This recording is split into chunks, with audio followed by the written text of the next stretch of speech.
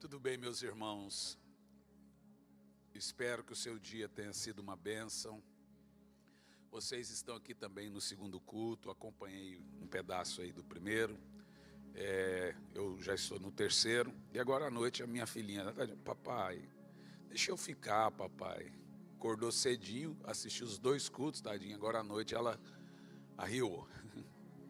Aí a hora que você vê lá, tá dormidinho, falei, não, né? Nesse friozinho, e ela estava firme lá nos 2 cultos. Irmãos, o pastor Jean também, você também, né? Pregou de manhã, pregou à tarde, esse é o terceiro, né? É isso aí, mas você tem a metade da minha idade, então,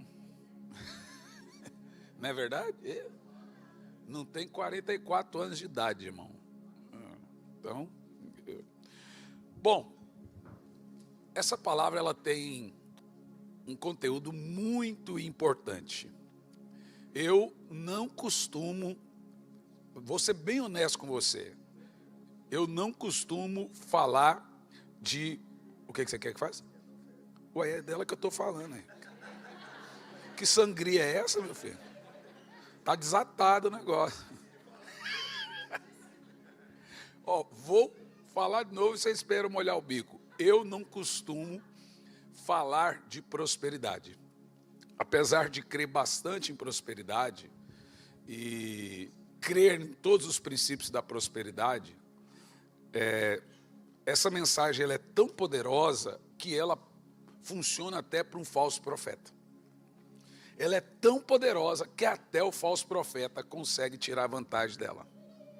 2 mensagens que os falsos profetas usam e funciona para eles: a mensagem de prosperidade e a mensagem de milagres. É tão forte a mensagem de fé que até os falsos tiram proveito. Mas por quê, irmãos? Porque vamos lá. Primeiro que é verdade que Deus tem interesse na sua prosperidade. Aí você fala assim, mas por que Deus tem interesse na minha prosperidade? Bom, porque quando a sua prosperidade é bíblica, quem sai ganhando depois de você é o reino de Deus.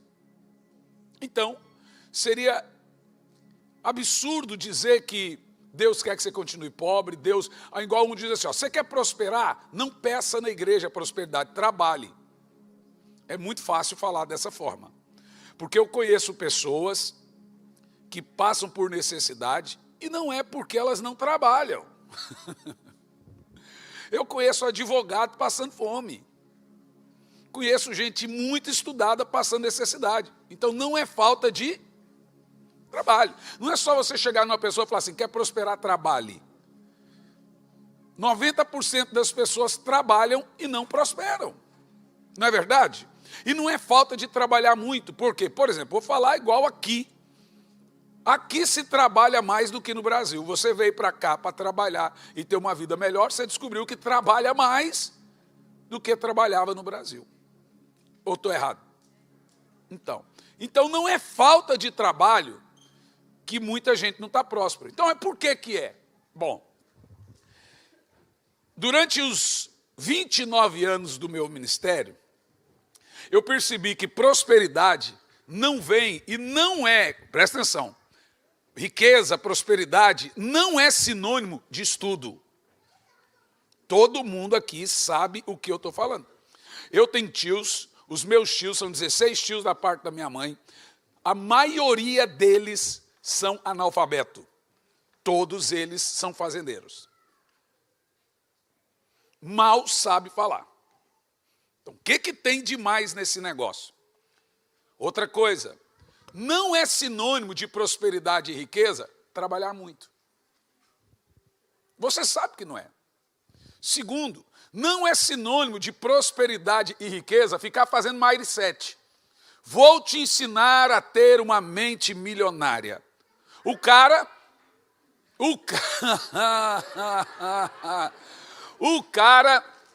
vai te ensinar a ficar rico. Como? Fazendo curso igual ele. Não é verdade isso? Você vai lá e faz o curso dele e lá no curso está te ensinando a ensinar os outros a fazer outro curso. Aí o cara fala, você não é rico porque você não tem a mentalidade milionária. Não é sinônimo. E se você der errado, a culpa foi sua que não aprendeu direito. Então, é uma picaretagem terrível que eu fico indignado com esse tipo de coisa. Aí, você vai na Bíblia Sagrada e você vai entender qual é, então, o segredo da riqueza à luz das Escrituras. À luz das Escrituras. É claro que trabalhar muito faz parte. É assim, ó, funciona assim. Ó. Nem todo mundo que trabalha ficará rico, mas todo rico trabalha muito. Não tem como. Ou é rico que trabalha muito, ou é rico que rouba. Não é verdade? Então vamos lá. Primeiro ponto que eu quero que você tome como nota aqui nesse momento tão importante. Primeiro, riquezas não são eternas. Na eternidade, você não precisará de riquezas que conquistou na terra. Então, por que nós deveríamos sonhar em ficar ricos, já que a qualquer hora eu posso ir para o céu e não vou levar a riqueza? Em Provérbios 11, no versículo 4, está ali. O outro rapazinho, eu falei para o meu filho, vai pegar seu livro. Não foi no primeiro dia, não foi no segundo, acabou o livro. Aí eu falei para ele que eu vou dar um pendrive para ele. Cadê ele? O garotão lá, acho que é o filho do Wander. É. Mas Provérbios 11, versículo 4 diz, a riqueza de nada aproveita no dia da ira do Senhor. Ou seja, no dia do tribunal de Deus, de nada aproveitará a sua riqueza. Então, riqueza não vai contribuir com a sua eternidade e você não vai levar suas riquezas para a eternidade. Vamos lá. Segundo lugar, a pobreza não te ajuda em nada. Por que que a pobreza é virtude, gente? Se pobreza faz pessoas morrerem, se nós temos no mundo hoje, olha como a coisa é séria, para você entender. O pessoal da ONU criticou os bilionários, trilionários, como Musk, Bezos e etc. E falou, vocês deveriam ajudar a alimentar o mundo. O Musk, que não é um ser humano, olhou para o pessoal da ONU e disse, me dá um número de quanto vocês precisam que vocês garantem que acaba com a pobreza. Eu dou o dinheiro. Ele é trilionário. Eles falaram, algo em torno de 1 trilhão. Ele falou, eu dou agora, se vocês me derem o recibo de cada país, vocês ajudarem. Até hoje ele está esperando. Ninguém quis dar recibo nenhum para ele. Porque, na realidade, a pobreza ela é necessária para os maus. É através da pobreza que existe manipulação, é através da pobreza que existe escravidão, é através da pobreza que alguém fica rico. E você vai perceber uma coisa interessante, presta atenção nisso. Durante 24 horas, tem alguém enriquecendo através de você. Quando você vai no banheiro, tem alguém ficando rico através de você. Fabricante do papel, a água, a pasta de dente, a escova de dente. Quando você vai dormir, quando você está dormindo, tem gente te enriquecendo através de você. A roupa de cama, a cama e etc. Ou seja, não existe na terra alguém que não esteja ficando rico agora, nesse momento, através de mim. O dono do microfone, o dono do tablet, o dono e o fabricante da água, e etc, e etc, e etc. Agora, escute o que eu vou te dizer, presta atenção. A primeira coisa que você precisa entender é tirar da sua cabeça a ideia de que riqueza, de que pobreza contém virtude. Pobreza não é sinônimo de humildade. Pobreza não é sinônimo de espiritualidade. Pobreza não é sinônimo de singeleza. Então, para que serve a pobreza? Na Bíblia, a pobreza nunca é ensinada como virtude. Eu sou de uma época, na época sim, né? Porque eu nunca fui ex-nada na minha vida. Então, eu participei dessa época que os crentes eram virtuosos a partir de sua pobreza. E o meu pai era pastor de um campo das Assembleias de Deus, de umas 30 igrejas, lá do campo do pastor Albino, da Assembleia de Deus em Goiânia. E nós éramos muito pobres, irmãos, 5 filhos. Morávamos num sítiozinho ali a uns 40 quilômetros de Goiânia. Uma miséria, gente, uma pobreza tão grande que dava dó.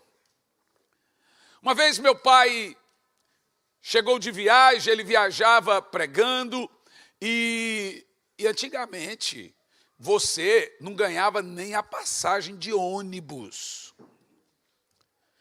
Quando ele chegou, minha mãe disse, olha, não tem nada para comer. Meu pai falou, vou sair por aí pela fé e vou trazer alguma coisa. Sumiu ele, minha mãe para lá, deixou só a gente no sítio.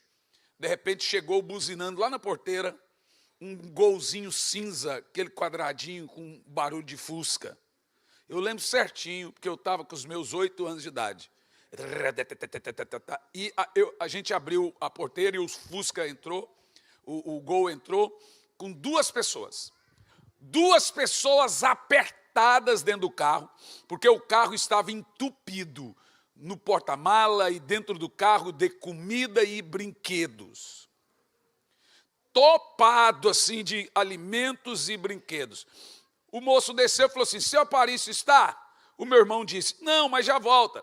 Tudo bem, vim aqui deixar alguma coisa para vocês. E foi tirando brinquedo, foi tirando alimento, foi tirando, depois no chão da sala. Quando meu pai chegou, ele olhou aquele negócio e perguntou, de quem que é isso aqui? Meu irmão falou, o moço veio aqui e perguntou pelo senhor, e ele deixou aqui. Meu pai falou, isso aqui não é nosso, não. Aí, gente, o homem começou a andar por toda o bairro, ali as redondezas, perguntando quem é que deixou a compra por engano. Chegou uma hora que minha mãe ficou tão irritada que olhou para ele e falou assim, Aparício, olha aqui para mim. Eu orei essa semana por provisão. Esse negócio aqui é nosso. O homem veio aqui e perguntou pelo seu nome. Que raio de doutrina que você tem na cabeça? Que teologia é essa que Deus não pode fazer um milagre desse na nossa vida? Isso para nós era o ápice da riqueza. Meu pai uma vez ganhou uma lambreta. Vocês lembram? Tinha a Vespa e tinha a lambreta. Ele ganhou a lambreta novinha para fazer evangelismo, porque andava tudo a pé.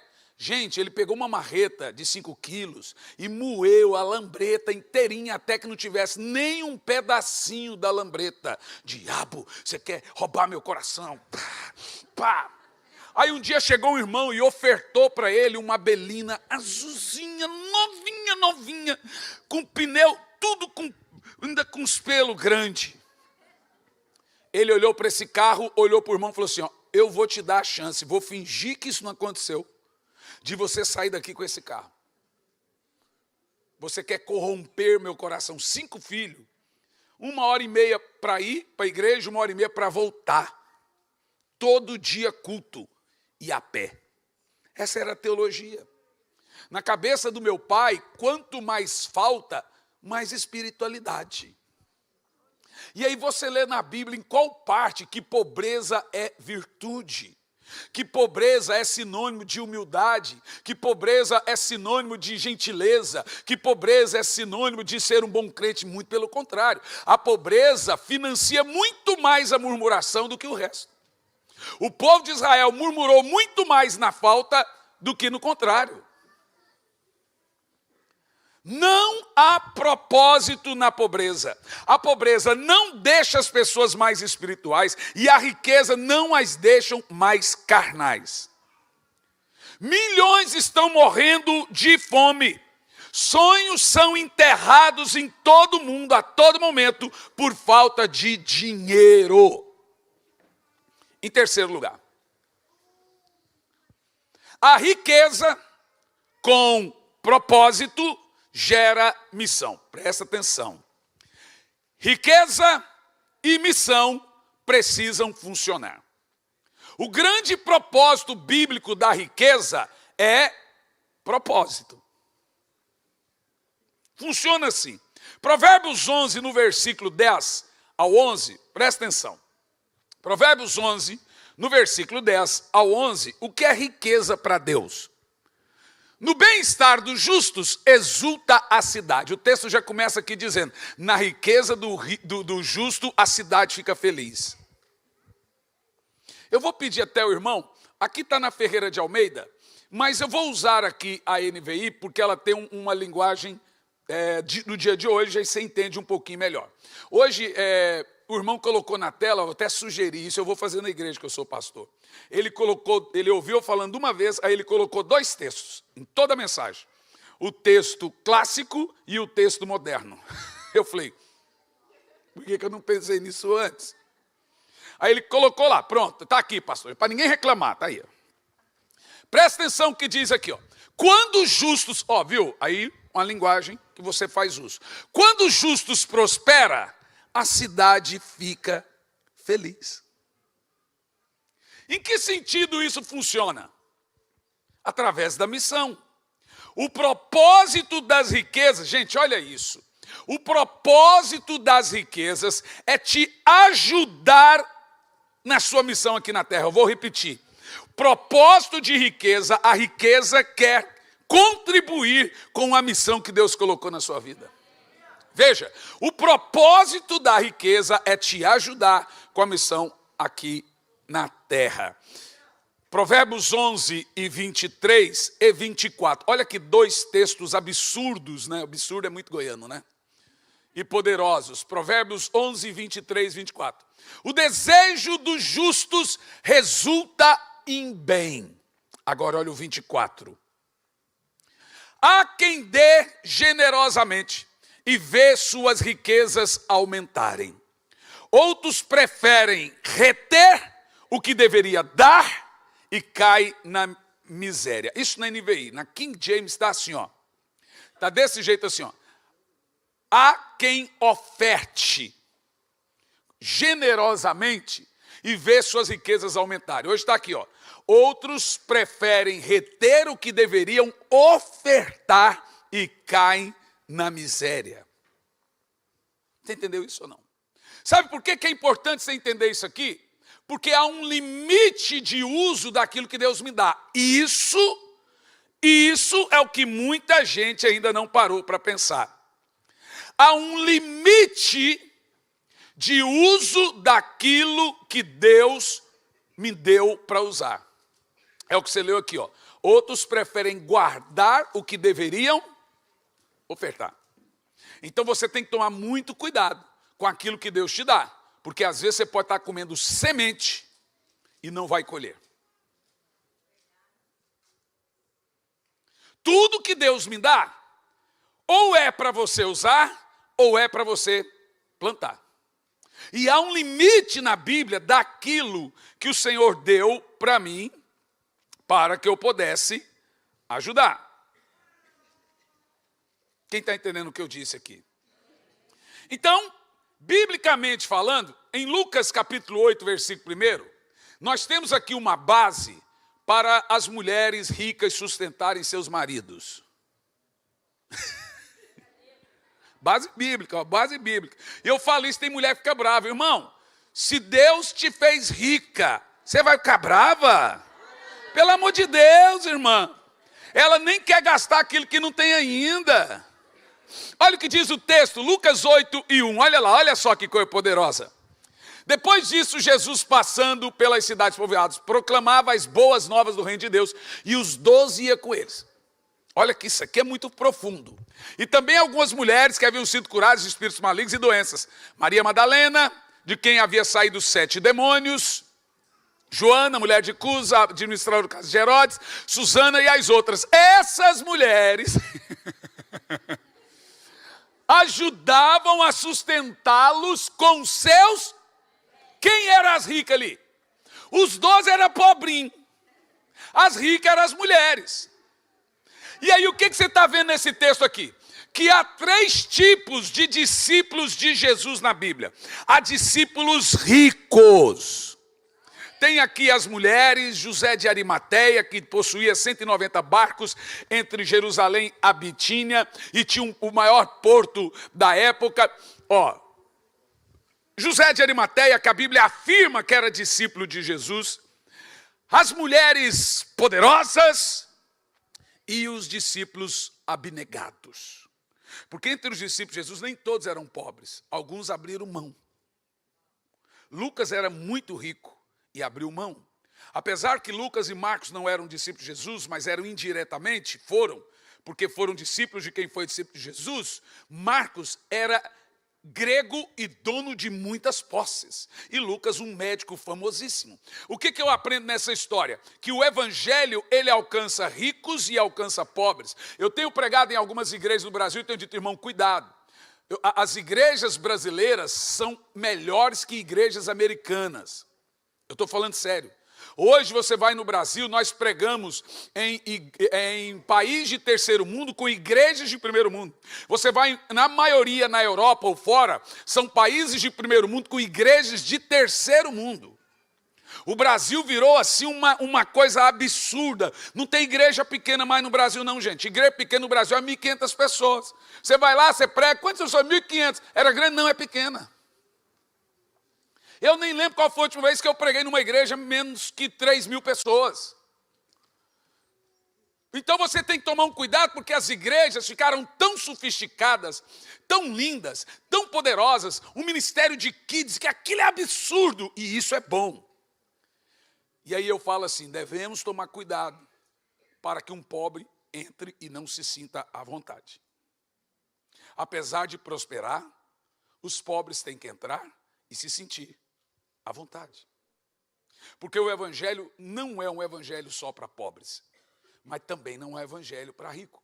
Nós não temos que mapear cidades e ver onde é rico para pensar em abrir igreja lá.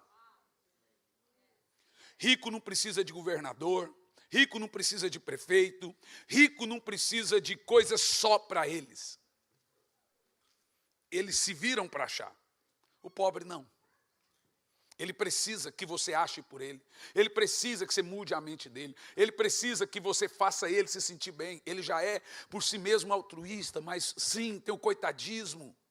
E a prosperidade na Bíblia ela tem que ser tão bíblica, que a prosperidade, ela não deve, a pregação da prosperidade, a ideia dela não é fazer o rico mais rico.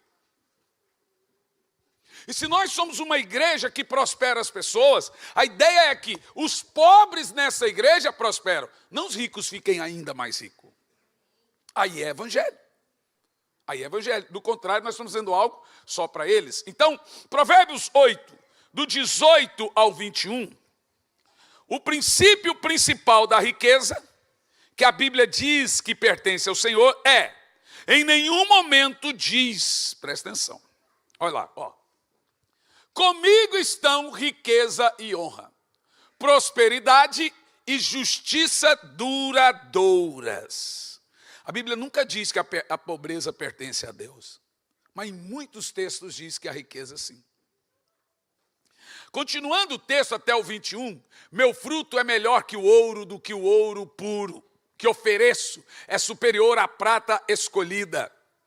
Ando pelo caminho da retidão. Quem é isso aqui? Pelas veredas da justiça. Quem é essa? Concedendo riquezas aos que me amam e enchendo seus tesouros. Está falando de quem? Está falando do único princípio necessário para adquirir riqueza. Interessante que existe um princípio para você prosperar a partir de então. Vamos lá, um mindset. Um princípio. Sabe qual que é? Sabedoria.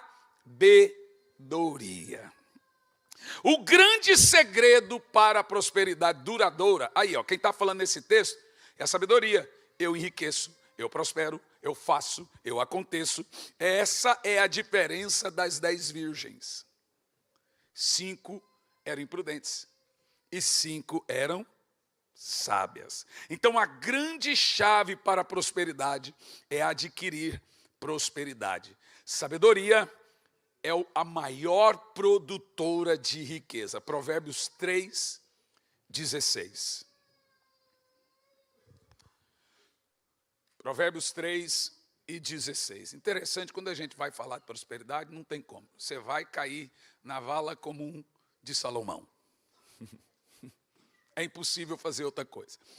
Na mão direita, a sabedoria garante a você vida longa. Na mão esquerda, a sabedoria te garante. Ai, que poderoso. Não é? Mas da onde nós adquirimos sabedoria?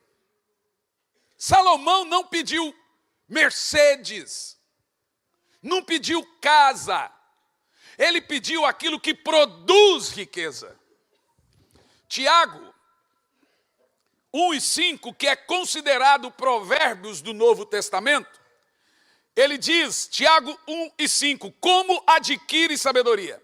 Se algum de vocês tem falta de sabedoria, peça a Deus, que te dá livremente de boa vontade e lhe será concedido. Ô, irmão, deixa eu falar, você põe na sua cabeça uma coisa, está todo mundo, um camarada tem 120 mil alunos de mindset, pagando R$1.000 por mês, e compra jato daqui, compra daquele outro, e tá dizendo, e a vida do cara é do mesmo jeito. Aí um ensinou um camarada esse dia, sabe o que ele faz? Ele ensina seus alunos a gastarem o dinheiro que não tem para comprar carros caríssimos, para mostrar para os outros que ele é o que ele não é. Não, compra lá, ele fala desse jeito, compra lá até sem dinheiro, você tem que mostrar que tem. E aqui a gente ensina o contrário. E o segredo da prosperidade está aqui, é pedir a Deus. Se Salomão ficou rico por causa da sabedoria, por que você está aí sofrendo na tolice? Dobra o joelho, fala, Senhor, me torna sábio, eu quero ganhar tanto esse ano, eu quero aprender a fazer negócios, eu quero aprender a vender, eu quero aprender a comprar, eu quero aprender a guardar, eu quero aprender a reter. A primeira coisa que a sabedoria vai te ensinar é esconder os cartãozinhos. Porque o cartão de crédito, ele nega o Pai Nosso. Você já viu o que o cartão de crédito faz? Ele nega a oração do Pai Nosso, da parte, o pão nosso de cada dia nos dai hoje. Tem seus benefícios. Tem, viajar de primeira classe. Mas tem muito mais malefícios do que benefícios. Aprenda. Lá em casa, irmão, lá em casa, a gente só gasta quando tem dinheiro. Se não tem dinheiro, não gasta. Eu tenho uma conta que eu ponho o dinheiro só para aquela conta para eu usar débito. Eu tenho uma conta do débito. E o cartãozinho vagabundo do débito. Quando acaba o dinheiro do débito, eu entendi que não tem dinheiro. Ai, pastor, mas eu só fico feliz quando gasto. Quando eu gasto, eu venço a ansiedade. Relaxar. Você precisa muito de sabedoria. Eu vou orar aqui hoje. Eu vou orar aqui agora. E aí você precisa entender que tudo na Bíblia, você percebeu que todo o texto, tudo na Bíblia vai levar para o princípio da oferta. Você vai entender isso. Eu vou orar aqui hoje e Deus vai dar sabedoria para muita gente. E vai te aparecer luz assim, ó. Opa, eu tive uma ideia. Deixa eu te contar um negócio há muitos anos atrás. Muitos anos, não dá tantos anos, uns 8 anos. Irmão, eu não colo para pregar, então pregando em igreja média e às vezes você recebe, às vezes você não recebe. Eu comecei a orar a Deus, falei, Senhor, eu preciso de uma outra fonte de renda. Porque um dos segredos da prosperidade é você não ter só uma fonte de renda. Mas eu preciso que o Senhor me ensine, me dê graça naquilo que eu faço. E orei pedindo sabedoria a Deus. Busquei, orei, Senhor, me dá sabedoria. Um dia eu acordei 4 da manhã do nada. E o olho fez assim. Aí eu olhei para minha esposa e falei, amor, Deus me deu uma ideia. Ela pode te dar 8 da manhã? Falei, não, eu tenho que compartilhar agora com você. Ela falou, o que foi? Irmão, não existia nenhum streaming de pregador no Brasil. Nós lembramos certinho disso, uns anos atrás. Falou, eu vou fazer um negócio tipo Netflix, só que pregando, dando aula. E vou gravar 2 anos de aula com conteúdo de bacharel em teologia. Tinha acabado de terminar a faculdade, meus livros estavam tudo ali, então eu estava prontinho para usar aqueles livros. Ela, 2 anos gravando aulas? Você vai aguentar isso? Eu falei, eu vou ralar muito em 2 anos, mas depois já vai estar tudo gravado, eu só vou desfrutar. Irmão, foi uma coisa de doido. Todo mundo falou, mas isso vai funcionar? Eu falei, vai. Nós vamos cobrar R$48 por mês. Irmão, gravei as aulas, cansado. Talvez aqui tem alguém que fez o curso, né? E a minha ideia é que o estudo fosse para iniciante, principiante. Não era o cara ir lá para o bacharelatura, para ele pegar aquilo prático para ele. Irmão, nossa vida mudou da água para o vinho. Porque essa é, até hoje, nossa grande fonte de renda. Eu não tenho um curso ensinando você a fazer o curso. Nós temos o nosso Instituto de Sabedoria e Graça, 2 anos de conteúdo de bacharel em teologia, que você assiste em casa e etc. Agora tem um monte de gente que tem. Mas eu falei assim, veio na minha mente do nada isso? Claro que não. Foi o Espírito Santo que veio e falou assim, faça isso vai dar certo. E funcionou. Então eu quero instruir você a qualquer coisa que você for lidar dentro do princípio da prosperidade, ore pedindo sabedoria. Esse é o segredo da riqueza, irmão. Essa é a sua mudança de mente. Essa é a mente dos milionários na Bíblia. Quer saber? Essa é a verdade. Então você vai fazer o que agora? Você vai preparar uma oferta. Depois dessa oferta, que você estiver pronto, eu vou orar. E você vai pôr a mão bem assim. E nós vamos falar, Senhor, agora me dê sabedoria. 90% das pessoas que quebram é por falta de? 90% das pessoas que não prosperam é porque não tem mentalidade, não tem sabedoria. Então não adianta você dar R$1 milhão para elas. Elas vão quebrar de novo. Porque não tem mentalidade. Sabe aquele negócio do Jacan lá no Brasil? Aquele francês xarope, eu não suporto aquele homem. Homem, não, nem orar, eu vou orar. Ou nada. O homem xinga todo mundo, grita com todo mundo. Eu falo, para que fazer isso? Não tem necessidade de fazer isso com as pessoas. Mas eu acho que é o marketing dele é esse. O Jacan, ele vai lá e reforma as cozinhas. Ele finge que vomita.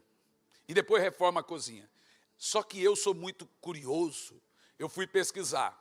Cozinhas que permaneceram. 90% fecharam. Falei, essa é a maldição do Jacan. O cara estava lá 30, 40 anos, 20, pobrinho, sujo, sem nada, mas estava indo. A hora que pôs uma coisa lindaça e mudou o cardápio e pôs tudo bonito, ele já não sabe mais trabalhar. Esse restaurante aqui novão, eu não consigo trabalhar. Esse cardápio, eu não estou acostumado. Fechou a porta. É triste, né, gente? Não é culpa do Jacan, não. Não é não. Não mudou a mente. Na mente dele, a cozinha tem que ser suja ainda. Na mente dele, ele tem que matar rato todo dia. Aí, se deixar tudo lindo, pronto, fecha a porta. Tem um amigo meu lá em Goiás que ele mudou o padrão dos pit dog dele. Era só pit dog, aquela chapa cheia de bactéria, que é isso que é bom. O bom é isso. Ele falou, a partir de agora eu vou fazer pit dog gourmet. Fechou a porta e está passando necessidade. Porque ele não tem a mentalidade do gourmet. Esse negócio, eu vou lá em Goiânia, gourmet, eu nem entro. Então olha para mim. Só uma pessoa pode mudar a sua mente. Deus. Se não mudar, o que ganha você perde. Então vamos lá, prepara a melhor oferta e hoje nós vamos ter um mindset. E aí, para que coach? Para que coach? Para quê? Para que coach? Segura aí, prepara, os irmãos estão passando aí, os voluntários, pegue o seu envelope, faça aí o seu possível e nós teremos um tempo para isso.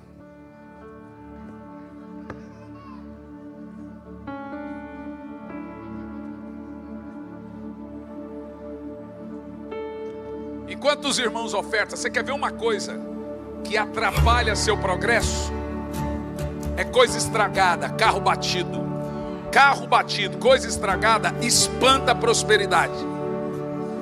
Muda a mente.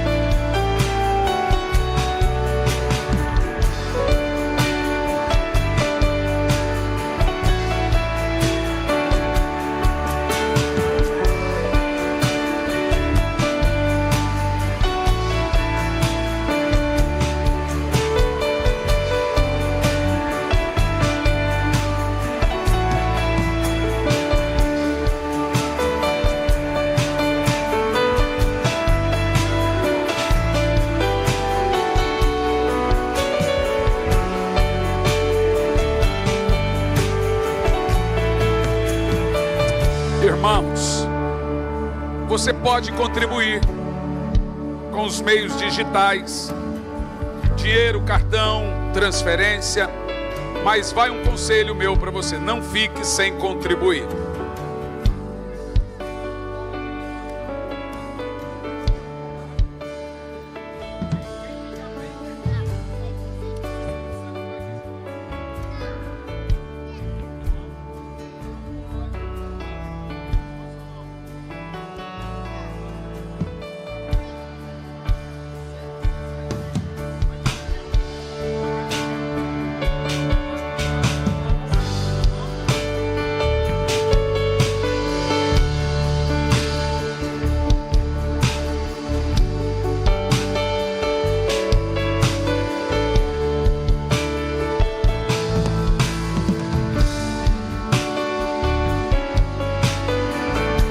Aleluia.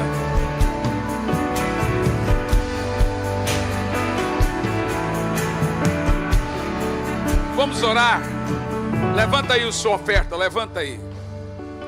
Levanta, bem alto. Irmãos, quando eu venho aqui, eu faço esse momento da oferta com muito gosto, porque o pastor Éder nunca fica naquela choradeira de miséria com a gente. Põe num bom hotel, cuida, compra passagem de avião para a gente andar para lá e para cá. E ele não fica perguntando: com quantos vocês são? Toda vez que a gente vem, é pelo menos 2 quartos.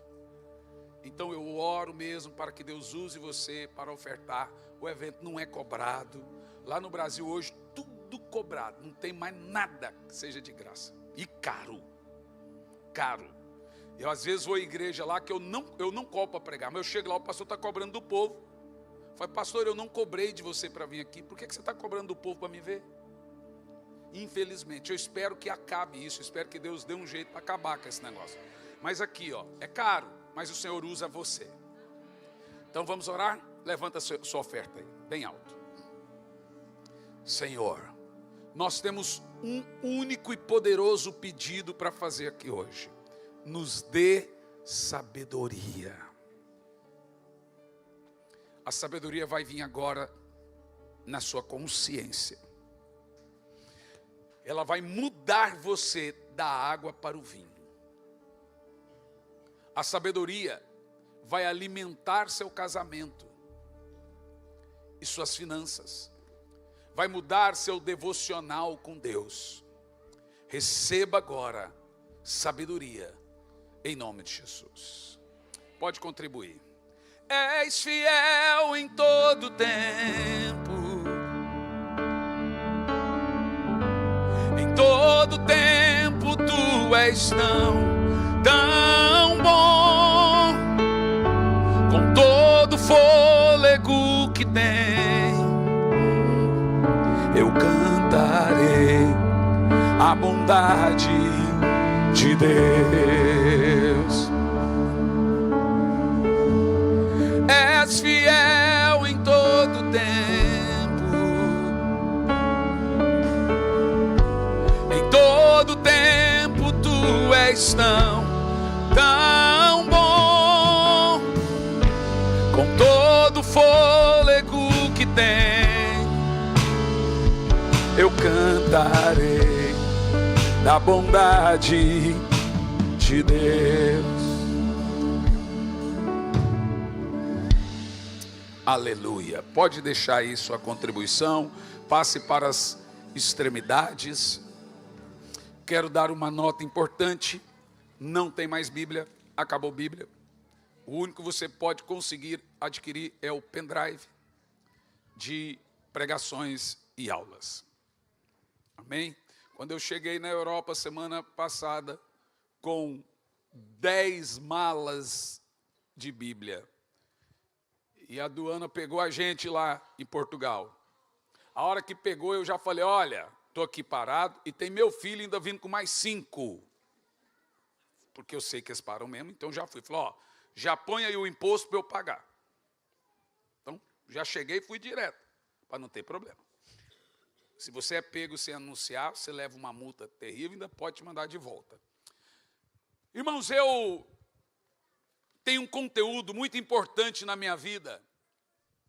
acerca de avivamento. Olha aqui para mim, eu vou ser mais sucinto e pretendo gastar mais tempo com a ministração aqui nesse encerramento.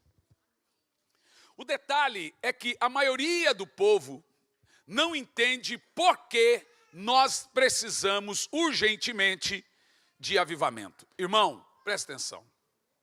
David Wilkerson chegava a dizer, se avivamento é do interesse de Deus, se avivamento é extremamente urgente, e você não ora por avivamento, você está se opondo contra o maior plano de Deus.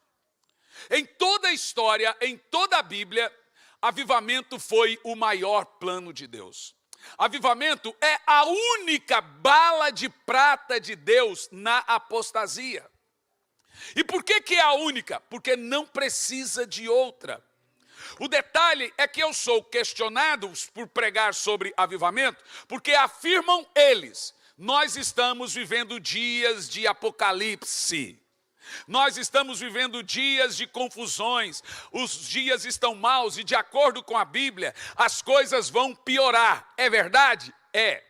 O problema é que quando eu sou acusado de pregar avivamento, eles imaginam que eu estou pregando uma coisa que vai ficar bom. É que lá no Brasil a ideia que se tem de avivamento é de evento. Em um evento em que as pessoas estão animadas, estão eufóricas, que põe uma banda, um cantor sertanejo no Goiás, ou um cantor de louvor, de worship, e põe alguém para cantar e deixa o povo motivado. Como eu disse aqui, no Instagram toda a igreja está avivada. E os eventos, eles elevam o nosso senso de humor, faz você pensar que a igreja está vivendo um avivamento. Estou falando de eventos gigantescos.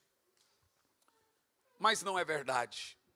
A ideia de avivamento na Bíblia, presta atenção, é de um corpo morto em estado de decomposição. A Bíblia, toda vez que ela vai falar de avivamento, ela usa termos como carne em ossos secos. Ela usa termos como um morto em estado de putrefação ressuscitando. Toda vez que a Bíblia fala de avivamento, é a ideia única de restabelecimento. Tanto que a própria palavra avivamento sugere uma ressurreição de mortos. Por isso que é ressuscitar. Por isso que a palavra certa de avivamento, que a gente deveria dizer em português, é revive. Em inglês é essa palavra. Em italiano é essa palavra. Esse menino não tem pai.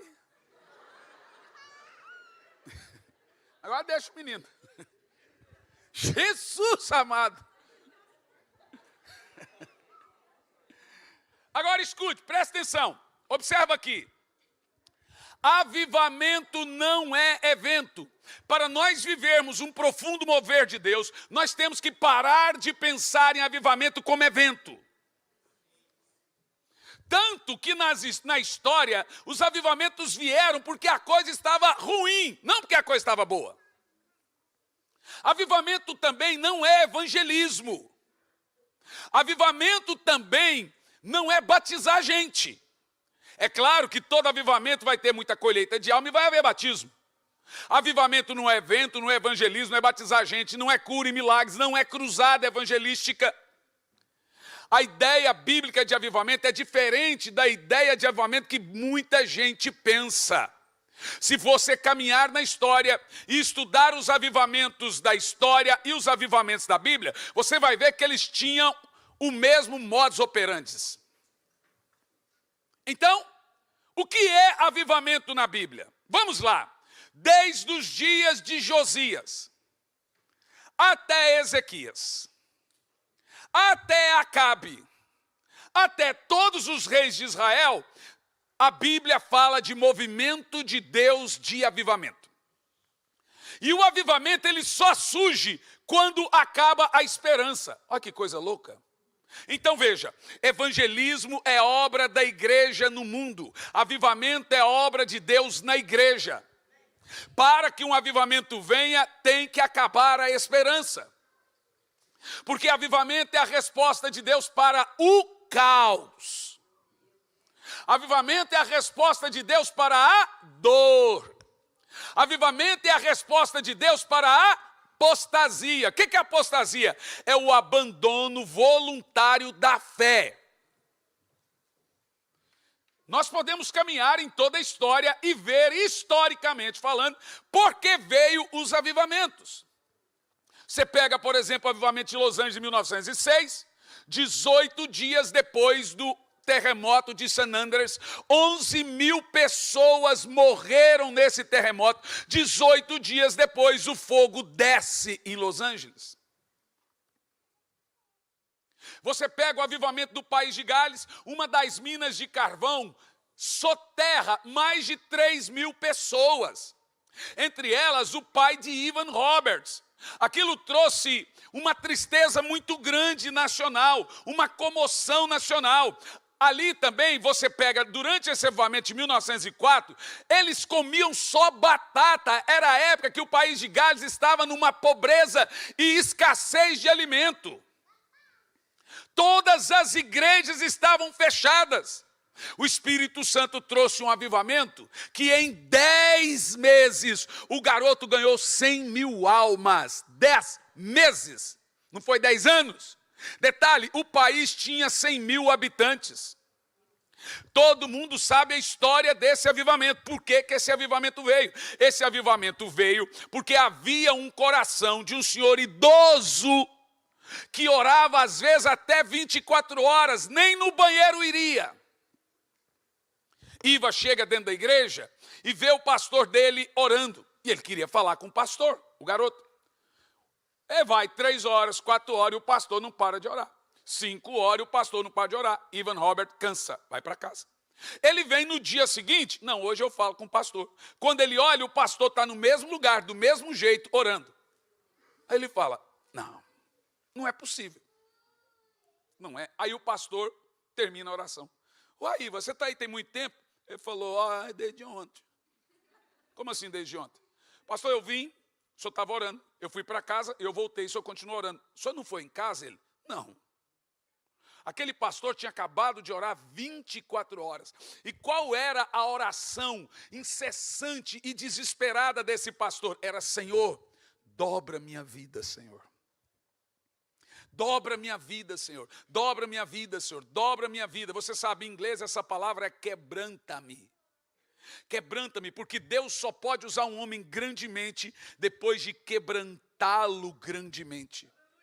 Avivamento vem sobre pessoas interessadas, quebrantadas em um mover específico da parte de Deus.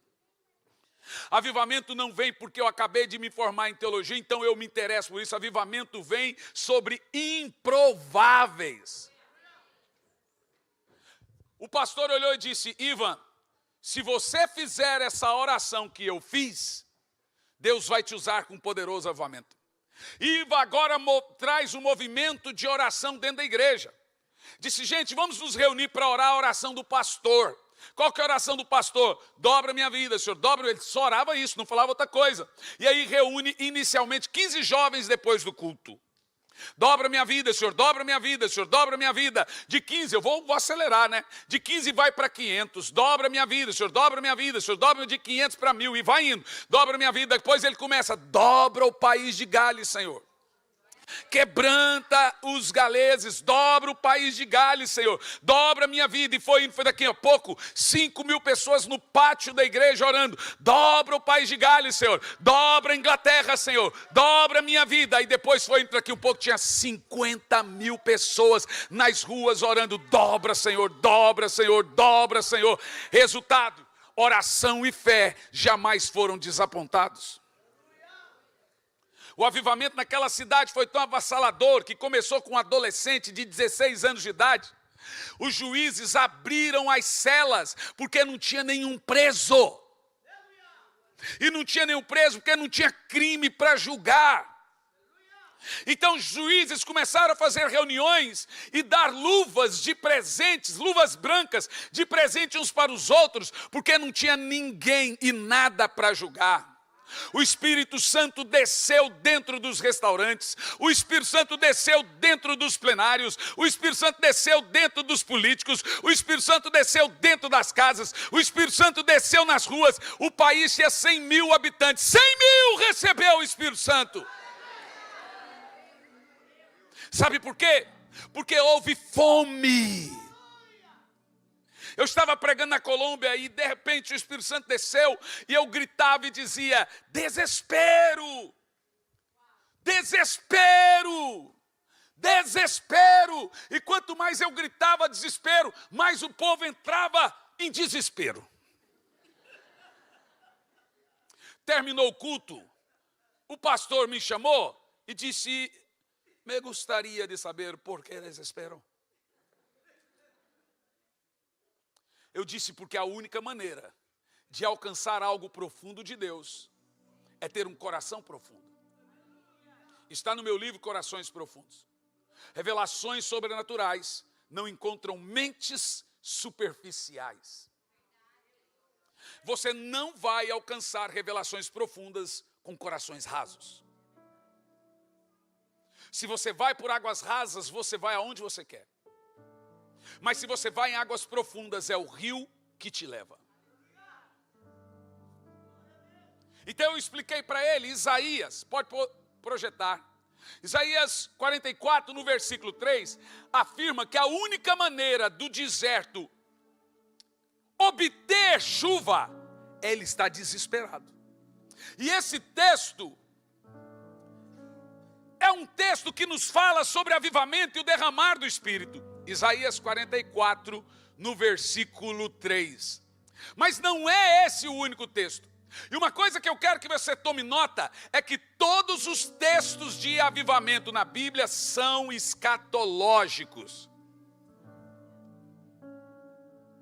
O texto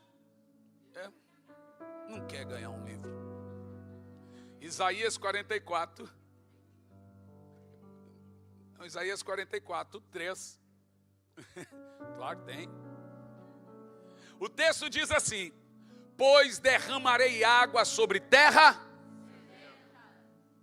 e torrentes na terra seca. Olha a comparação. O texto está deixando claro, em primeiro lugar, derramarei do meu Espírito sobre sua prole e a minha bênção sobre os seus descendentes. A primeira coisa que eu aprendo no texto é que avivamento é geracional. Há muitos que afirmam que o que aconteceu em Atos 2 ficou em Atos 2 e não permaneceu. Mas o Espírito Santo, prevendo isso, em Atos capítulo 2, no versículo 39, ele diz o seguinte: porque a promessa não é só para vós. A promessa é para vós. A promessa também é para os seus filhos, é para os filhos de seus filhos, e é para todo aquele que o Senhor chamar. A Bíblia promete avivamento sempre enquanto a igreja estiver na terra. E nós percebemos que a cada 10 anos uma igreja muda de visão. De 10 em 10 anos, uma igreja, toda ela, as boas e as más, ela deve passar por uma renovação espiritual. Porque o povo vai acostumando com o sagrado. Vão acostumando com unção. Irmão, quando eu comecei a pregar na igreja sobre oração, o maior culto da nossa igreja é o culto 4:30 da manhã. Das 4:30 às 6. As primeiras vezes é uma novidade. Depois você percebe que você tem que voltar e pregar de novo. Então, quando eu comecei pregando sobre avivamento, corrida de oração, o povo ficava num frenesi. Depois é costume. Se você vai na igreja lá que eu sou pastor, nas primeiras fileiras, isso aqui é tudo criança, com biblinha na mão. Eu falo, vamos para a escolinha. Às 4:30 da manhã, eu falo, papai, deixa as crianças e alguém peça. Não, papai, mamãe, me acorda. Você chega lá, estão com o olho desse tamanho. Curitiba faz 3 graus abaixo de zero. Você chega lá, todas elas estão orando em línguas. Mas com o passar do tempo, você percebe que está havendo um costume e vão se acostumando. A glória de Deus não é uma coisa para que se acostume, porque a cada dia Ele tem coisas novas para nos dar. E essa coisa nova é o que nós chamamos de avivamento. Avivamento sempre é o novo de Deus. Mas quando você lê esse texto, diz assim: eu derramarei água sobre a terra sedenta. Aqui o comparativo é o seguinte: o sedento aqui somos nós, e essa água é o mover do Espírito. Se não houver um desespero pela presença manifesta do Senhor, não haverá. É o seu nível espiritual que determina o seu referencial. Você só vai receber até onde você crê. É aquele texto bíblico dos artelhos, dos joelhos, dos lombos e do peito. Até onde você entra, é o que você vai ver do Senhor.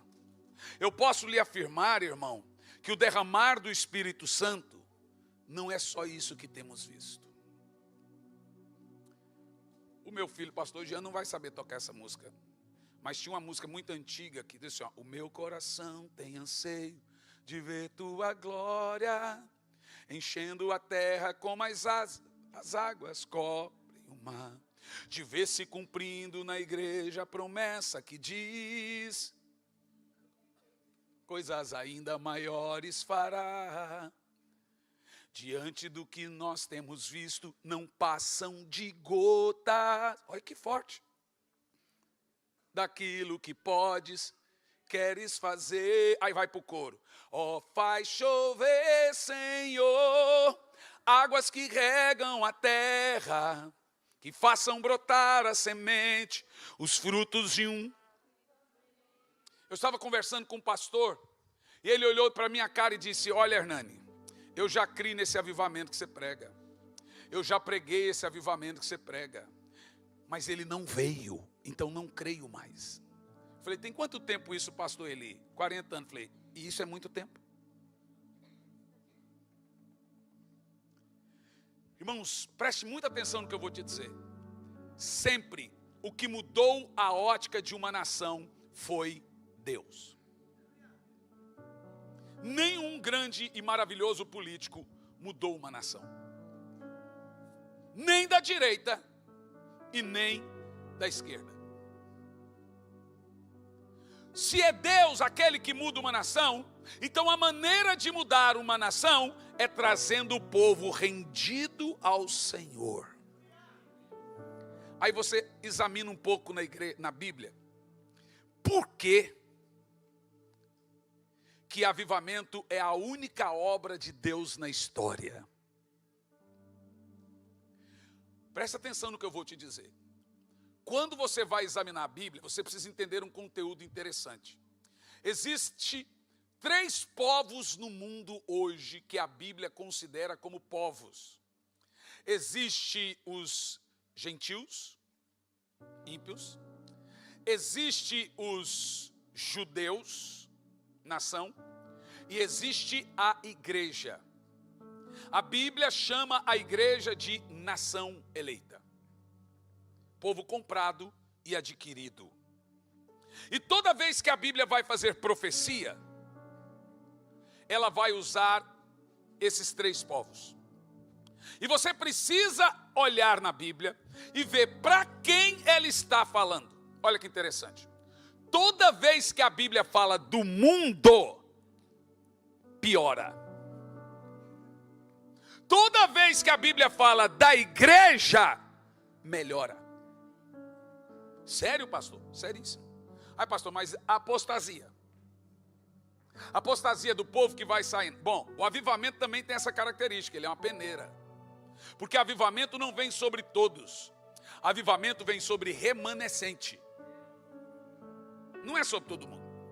Isso é óbvio. Então observa o seguinte. Projeta para mim Malaquias capítulo 4, no versículo 1, para eu te dar uma amostra da palavra de Deus para o mundo e a palavra de Deus para a igreja. A ideia bíblica e histórica é essa: o pior momento do mundo sempre será o melhor momento da igreja, porque a igreja está sempre na contramão. E o melhor momento do mundo sempre será o pior momento da igreja. A igreja planta a vinha e se embebeda. Ela fica vaidosa com a riqueza do mundo. E tem sido assim. Quer ver? Presta atenção. Pois certamente vem o dia, ardente como uma fornalha, todos os arrogantes e todos os malfeitores serão como palha. E aquele dia que está chegando ateará fogo neles, diz o Senhor dos Exércitos, e não sobrará nada. Então o que você está vendo aqui? Quando você lê esse texto aqui, o que passa na sua cabeça? A coisa vai ficar pior. Está dizendo que não vai ficar pedra sobre pedra. E aí, quem não tem a percepção da interpretação, o que é ler? Está aqui, pastor. Está dizendo que vai ter fogo, vai ter não sei o quê, todo mundo, e não vai ficar pedra sobre pedra, a coisa vai complicar. Bom, isso é verdade. Mas olha a continuação, versículo 2 diz: mas para vocês, para mim está muito claro isso. Mas para vocês que reverenciam o meu nome, olha o que diz: o sol da justiça se levantará, trazendo cura em suas asas. Vamos pensar numa coisa? No verso 1 fala de uma geração destruída. No verso 2 fala de uma igreja que cura a geração destruída. Sabe o que esse texto está dizendo? Está falando o quê? Para você que reverencia o meu nome, nascerá o sol da justiça, trazendo cura em suas asas. Quando começou a pandemia, o avião da Samaritan Purse pousou em Milano, pousou em Nova York e pousou em Tóquio e fez um hospital de campanha. Então eu olhei aquilo, o que eu vi? Samaritan Purse é a organização humanitária de Billy Graham, que hoje é cuidada pelo seu filho. Aquele que pregou por 20 minutos na posse de Donald Trump. Pregou, chamou a nação ao arrependimento e pregou. Quando o avião pousou, eu assisti aquilo e dizia: lá vai a igreja trazendo cura nas suas asas. Quando as torres gêmeas caíram, morreram 4.800 pessoas na torre gêmeas. Todos os aviões foram proibidos de voar. Só um avião pousou em Manhattan naquele dia. O avião de Billy Graham. Ele desceu, subiu em cima dos escombros e filmaram ele. Ele pregou para toda a nação por 20 minutos sobre a esperança que é Jesus. Mais uma vez a igreja trazendo cura em suas asas. Irmão, por que avivamento é resposta ao caos? Porque Deus, em tempos de avivamento, torna uma igreja relevante. Quando teve o terremoto na África, pesado, e aquele furacão terrível que devastou ali a parte do Caribe, pousa o avião de novo, Franklin Graham. A minha esposa, vendo toda aquela desgraça, ela diz: cadê a igreja? Falei: calma, a igreja aparece agora, o jornal não filma a igreja não. De repente, está lá o Fantástico filmando, mostrando as pessoas em suas cabaninhas de campanha. Cada cabaninha tinha 2 caminhas e tinha um fogãozinho para fazer a comida, porque todo mundo perdeu suas casas. Isso tem 3 anos isso. De repente a câmera vai passando, de repente ela pega as cabanas. Sabe o que estava escrito? Samaritan Purse.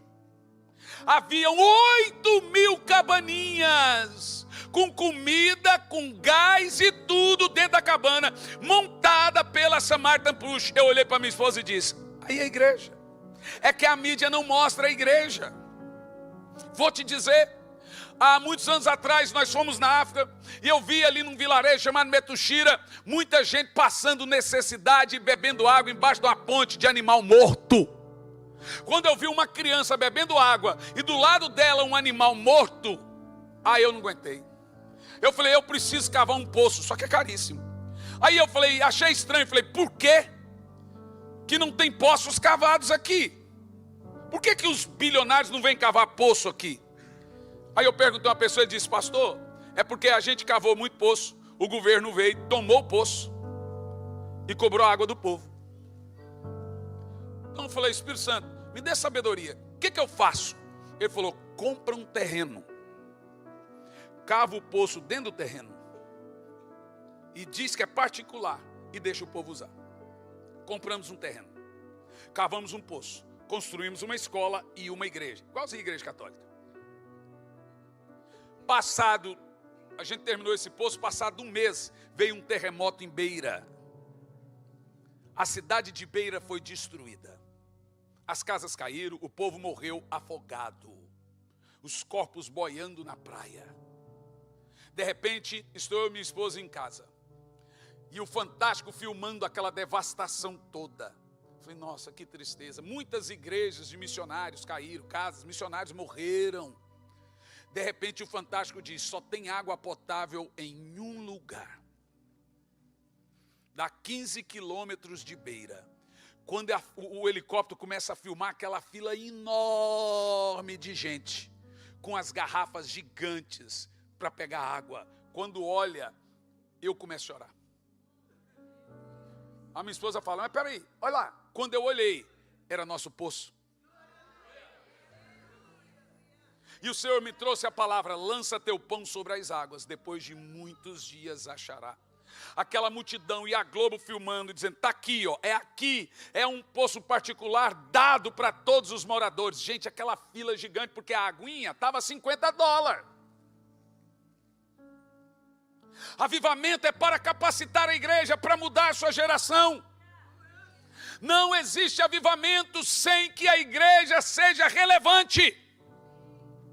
Que avivamento é esse para essa igreja, que ele é escondido. Pare para pensar nisso que eu te falei.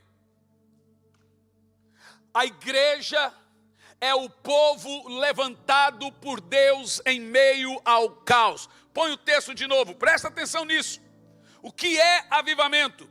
Mas para vocês que temeis o meu nome, nascerá o sol da justiça, trazendo salvação em suas asas. Agora eu vou te falar, no mundo de síndrome do pânico, no mundo de burnout, no mundo de depressão terrível, 2, 3, 4 sequência, o padre no Brasil agora dizendo, a depressão me pegou de novo. Eu tenho amigos meus no Brasil, pastores, que eles têm 2, 3 sequências de depressão, que já tentou suicídio 3 vezes.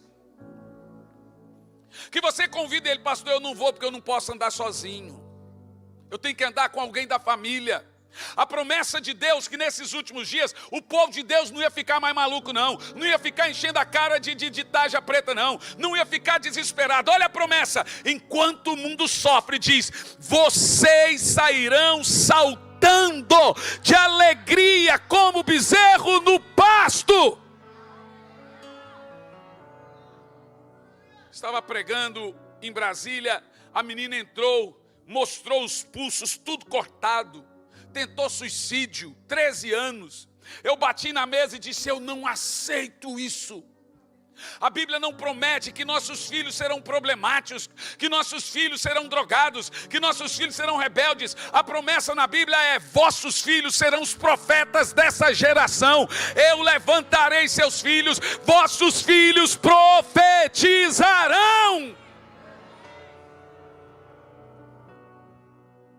Pensa, irmão, estão falando aí de um avivamento de 25, 30 anos.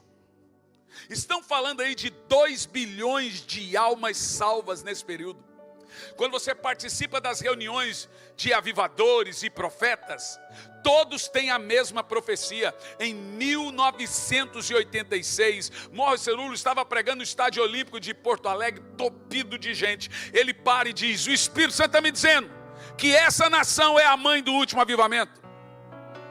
Eu estava em casa 4 da manhã, falei isso para o pastor Éder, e o Espírito Santo me disse, aonde tiver alguém falando em português, vai ter avivamento.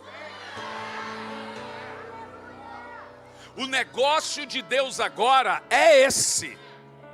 Deus reservou esse povo marginalizado, cheio da metragem, ô povo matraqueiro, para avivar o mundo todo.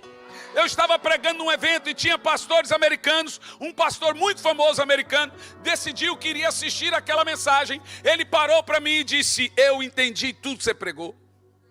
Os pastores americanos precisam assentar e ouvir essa mensagem. Ele disse para mim, nos Estados Unidos os pregadores não têm mais pique para avivamento. O que é pique para avivamento? Eles não vão mais buscar em oração. Ele disse: é inegável dizer que Deus escolheu essa nação para um último grande período. Tem um vento soprando, tem um negócio acontecendo da parte de Deus, tem uma coisa acontecendo nas salinhas de kids das igrejas. Hoje é raro uma salinha que não tenha batismo com o Espírito Santo. Antigamente era só ficar assistindo, ficar aprendendo Moisés e não sei o que. Hoje as crianças querem, sabe o que? Espírito Santo. Tem igreja que eu vou pregar, que hora que eu chego, os pais assistem na internet e as crianças ficam: queremos o Espírito Santo, queremos o Espírito Santo. Elas estão interessadas em uma coisa que antes era só os adultos. Há uma sede que foi profetizado pelo profeta Amós, uma sede absurda. Irmão, eu caminho numa expectativa. Meu Deus, é hoje. Olha lá, se temos um avivamento de 30 anos, quem serão os avivalistas lá? Eu terei mais de 70. Quem Deus está levantando? Papais, deixe suas casas serem visitadas pelo Espírito Santo. Mas então por que as coisas estão ruins no mundo?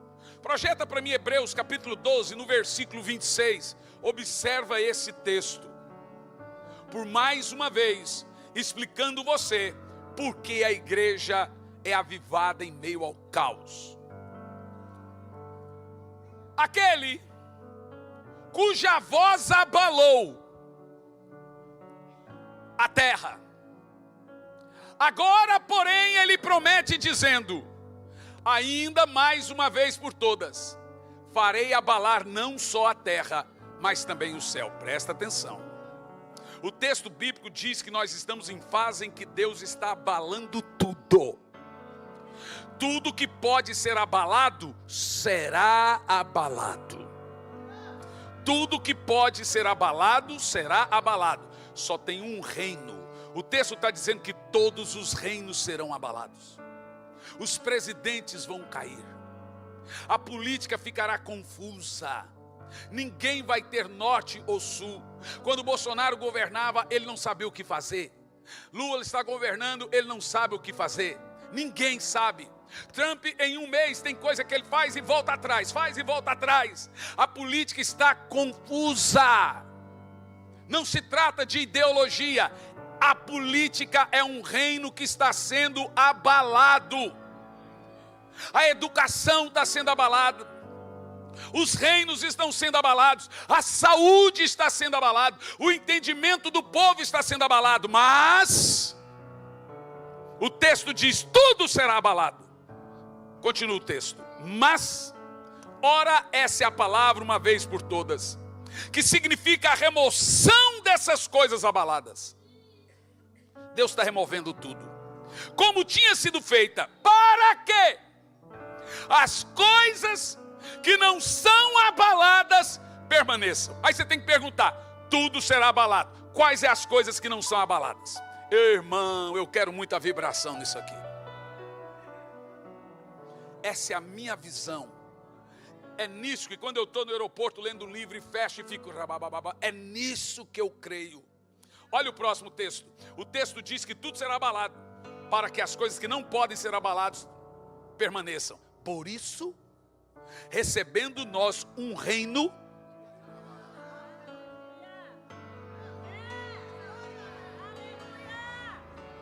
deixa eu te falar, só tem um reino no mundo que não pode ser abalado. Levantarei a minha igreja e as portas do inferno não prevalecerão contra ela. Levantarei os crentes e as portas do inferno não prevalecerão contra ela. Eu vou levantar seus filhos, diz o Senhor. Eu vou levantar sua família, diz o Senhor. E as portas do inferno não prevalecerão. Sua casa é um reino inabalável. Essa igreja é um reino inabalável.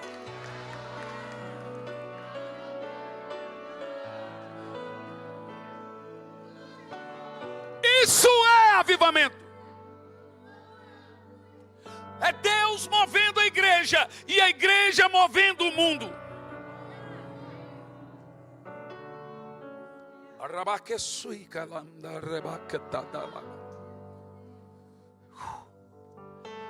Oh! A mensagem de avivamento acoa a gente. Ela vai pressionando, pressionando, pressionando. Daqui um pouco você explode de poder. Porque a mensagem de avivamento faz você olhar para o que importa. Faz você ter esperança no que importa. Ainda que tenha tanta dor, gente, é só olhar a história do Reino Unido. Todas as vezes que o Reino Unido padeceu, o Senhor levantou avivamento. Em meio à peste negra, em meio ao caos, em meio à guerra de Napoleão, sempre Deus levantou e trouxe avivamento. E o avivamento foi resposta no meio da dor. Da mesma forma, quando o Paquistão entrou em guerra com a Índia, o Senhor trouxe o avivamento em Mumbai, que esparramou para a Índia. Deus está sacudindo o mundo. Gente, o céu está pregando. Os aviões caindo está pregando. Terremotos, fogo nos Estados Unidos está pregando. Doenças, pestes estão pregando. Por quê? Porque o Senhor está clamando. E essa geração está gemendo pela manifestação de você, desse avivamento, desses filhos de Deus. Nós vamos ser cheios do Espírito e seremos homens e mulheres cheios do fogo de Deus, que iremos mudar a nossa geração. Tem alguém aqui comigo?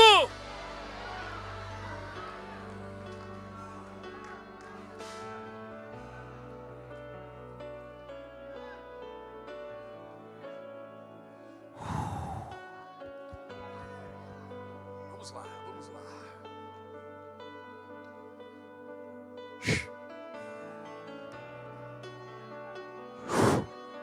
Bom, era para essa menina estar olhando as crianças. Ela está tomada de uma convicção do Espírito Santo. Oh, Espírito Santo.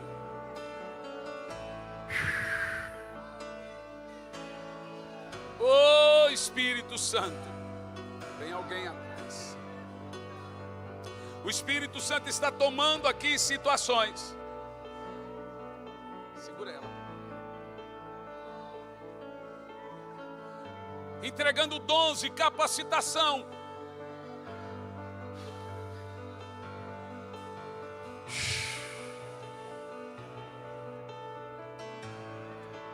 Oh, Espírito Santo. E é assim que Ele vai marcando. É assim que Ele vai visitando. Oh, eu estou tomado de um fogo de avivamento aqui nessa noite. Por mais uma vez eu vou lançar uma profecia sobre essa comunidade, como há 3 e poucos anos atrás. O Senhor, o Espírito Santo, vai tirar esse ano para acelerar um pouco mais essa igreja. Vocês vão colher nesse ano o que iriam colher em 5 anos. Vamos lá, vamos lá, vamos lá, vamos lá, vamos lá, vamos lá, vamos lá. Uou, vamos. Tem um sopro de poder aqui agora. Vê? Você sente? O que acontece quando temos isso? Você tem que se entregar. Imagina se o Espírito Santo viesse aqui e dissesse: eu vou derramar uma unção somente sobre 30 pessoas. O que você faria? Pois a unção é tão especial que ela vem assim. Você precisa ser competitivo para receber essa unção. Ser competitivo, eu quero que você vá fundo. Desespero. O tamanho do seu grito é o tamanho da sua fome. O espírito de fome pelo Espírito Santo está aqui. Oh! Uau!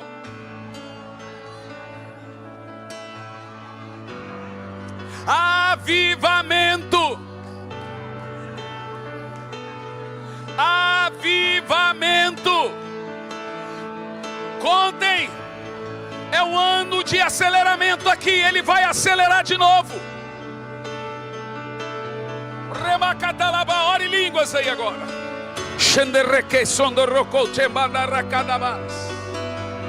Oh Espírito Santo.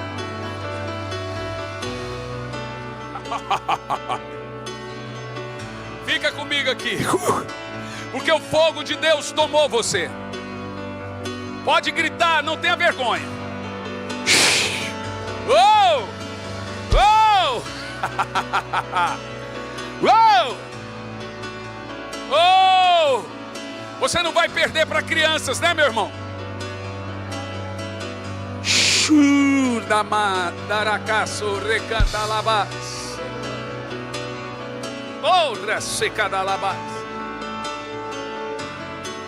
Oh, Espírito Santo.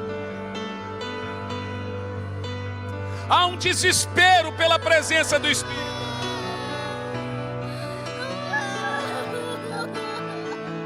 Há um desespero pelo Espírito Santo aqui. Então vamos lá.